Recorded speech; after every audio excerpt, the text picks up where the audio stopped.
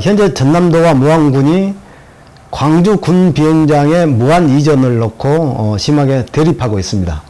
근데 이게 무안의 문제만 아니고 또 김영록 전남지사가 광주의 현안인 군 비행장 이전 문제를 전남의 현안으로 만들었죠. 즉 무안으로 이전하겠다. 군 비행장 이전 문제 그리고 무안 국제공항의 건설 계기 이 모든 것을 좀 파악하면 이 사안에 대해서 우리가 판단할 수 있는 나름대로 판단할 수 있는 근거가 될 것 같습니다.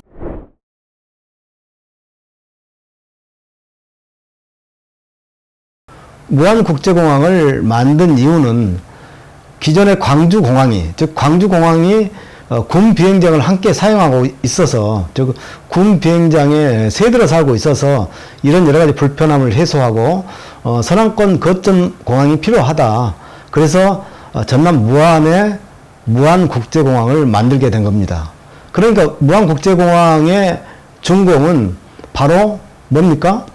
광주에 있는 광주공항의 민간공항 기능을 무안국제공항으로 통폐합한다. 이 전제 속에서 무안국제공항이 만들어졌습니다.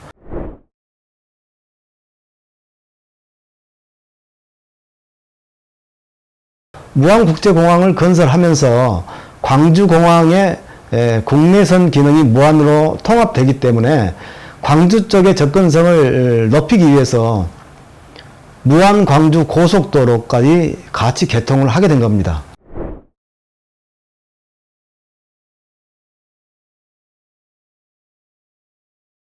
노무현 정부가 끝나고 이제 이명박 정부가 들어설 때였습니다. 그때 이제 광주 공항의 민간 공항 기능이 무안으로 이전을 해야 되지 않습니까? 그런데 광주 관광업계에서 이 국내선 공항 기능을 무안으로 이전을 반대하는 것입니다. 이런 상황에서 결국 이명박 정부는 당초 계획을 접고 그러면 지자체 간에 합의를 해서 그 이전을 하든지 말든지 해라. 이런 식으로 해서 유야무야 돼버린 것입니다.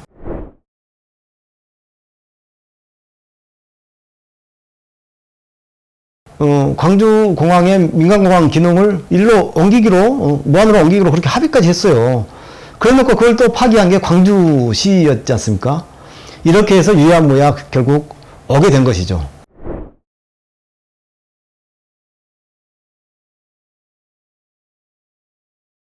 당초에는 국내선만을 이전한다고 해놓고 광주 사람들이 광주시가 입장이 달라진 것입니다.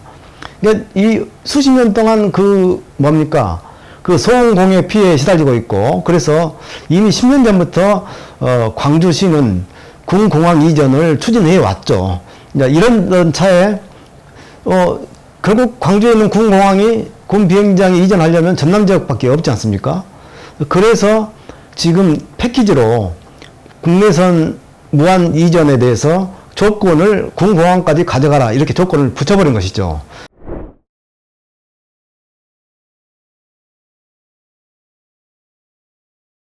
그러면 광주시 입장에서는 어떻게 되냐면 약 200만 평이 넘습니다. 그 군공항 부지, 광주공항 부지를 이제 개발을 하겠죠. 그러니까 토건 세력들한테 팔아서 거기다 아파트도 짓고 그래서 땅 장사를 하겠죠.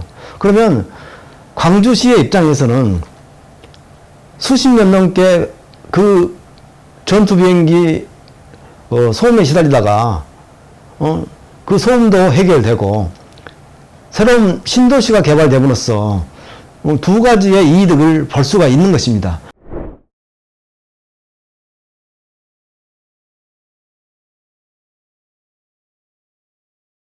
전남과 서남권이 발전하기 위해서는 무안공항이 활성화돼야 되고 그 활성화되기 위해서는 광주에 있는 국내선 기능이 무안으로 이전해야 된다. 그러면 광주에 있는 국내선이 무안으로 오기 위해서는 불가피하게 광주 군 비행장도 무안으로 이전해야 된다. 이런 논리로 계속 설명을 하고 있거든요.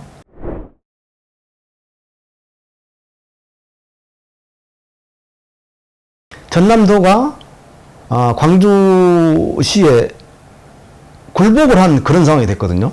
지금 상황은.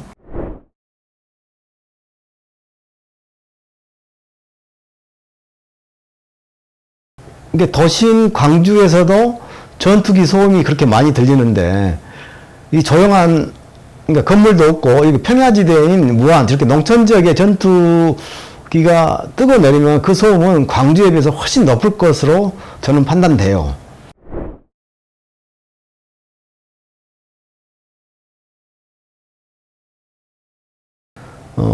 이 군비행장 이전은 국방부의 방침과 자기들의 전략상 여러 가지 계획이 있어야 되고 또 국방부 입장에서는 특별히 지금 현재 광주에 있는 것에 대해서 특별히 옮길 이유가 없다고 생각해요. 자기들은. 다만 광주시가 나가라고 하니까 그러면 이전하겠다 이런 입장이지. 그래서 국방부는 손 놓고 있어요, 사실. 하지만 전남도는 이에 아랑곳하지 않고 광주 전남 상생 발전과 무한 국제공항 활성화를 도모한다는 명분으로 무한 국민의 일방적인 희생만 강요해 왔으며 지금도 우리의 순수한 생존권 투쟁을 몰상식의 잣대를 들이대며 집단 이기주의로 재단하려 하고 있습니다.